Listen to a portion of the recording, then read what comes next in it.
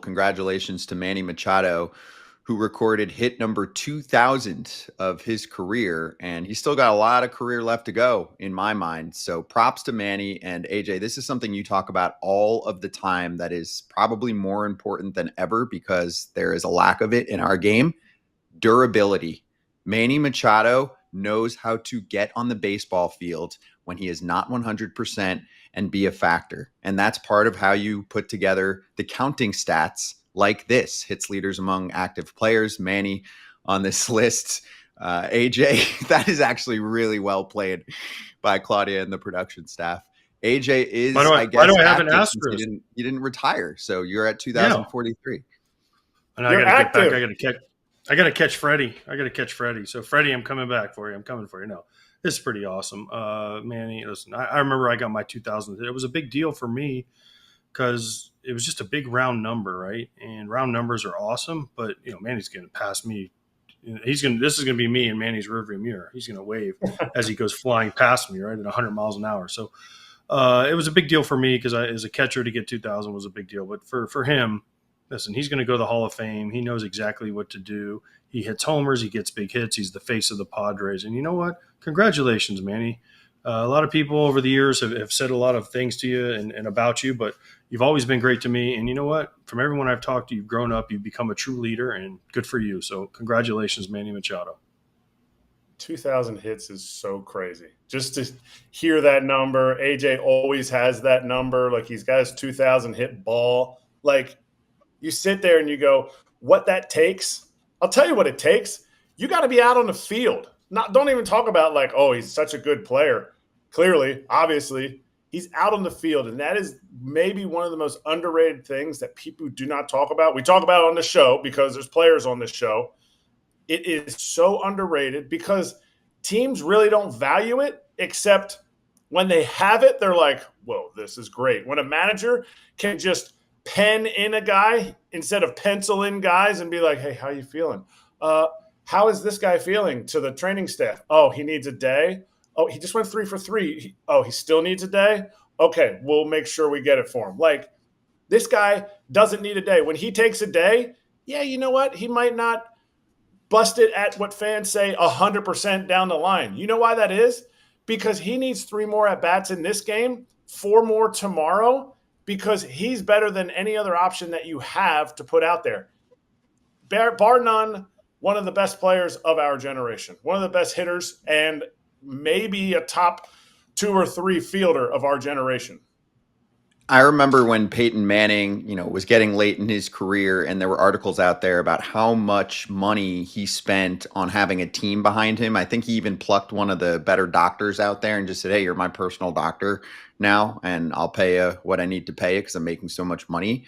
To a lesser extent, just in terms of how much is being spent is my guess. Manny Machado's got that going. I know that for a fact. He's got a whole team behind him, so he's spending on it. I mean, AJ, it takes genetics, of course, to be durable, but let's remember, Manny's had injuries. It's just that he often will return pretty quickly, or he'll play hurt and still be effective enough to be better than who would replace him. So I'm giving credit there. But I know he's got, the whole deal from a personal level, a whole team with him. I think he even travels a chef, which a couple other guys do. I think Mookie Betts does that. So you have to be rich, but I do give him credit for getting a whole team around him so that he can be the best version of himself if possible. If you've got the big contract, you might as well put a little bit into yourself so you can play longer, right? Agreed. And this is one of the things that has changed over the years is that, hey, you have to invest in yourself and in your health, because guys used to not care about what they ate or what they did or their sleep schedule. They just be like, I can play.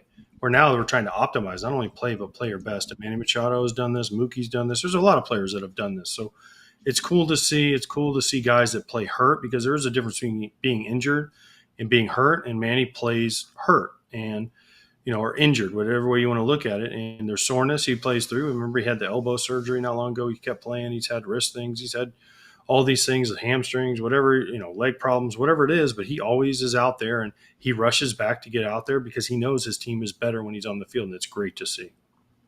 Yeah, he tore up his knee really early on in his career, right? And I remember he was getting criticized, not criticized, but they're like, oh, I'm worried about him long term. And I'm like, don't overlook that he had that injury at such a young age that you can actually recover quicker at a young age, right? I mean, the body obviously is able to heal better. I remember people talking about like how he stood and like how he ran, like his knees were closer, and people were like, I don't know if he's going to be able to withstand the rigors of 162 games. Well, either he figured it out on his own, or somebody when he was at Baltimore was like, look, this is what you need to do to stay on the field, and he's done it. He's done it to a T. Hey, let's do a little player spotlight thanks to Arena Club. AJ, give me a player this season that you think is underrated and you might want to try and grab his card.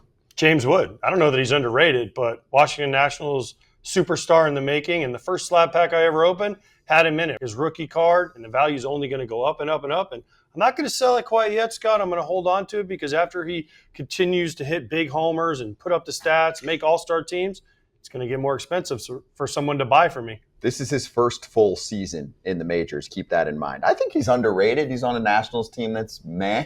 Not getting enough attention. He might hit 40 homers. When he makes the All-Star team this year, they're not going to be underrated. That helps. He's been intentionally walked 4 times in a game. Anyway, if you want to try and find a Wood rookie card, go check out slab packs on Arena Club. And right now you can get 20% off your first slab pack. Or if you just want to go with a card purchase, go to arenaclub.com/FOUL.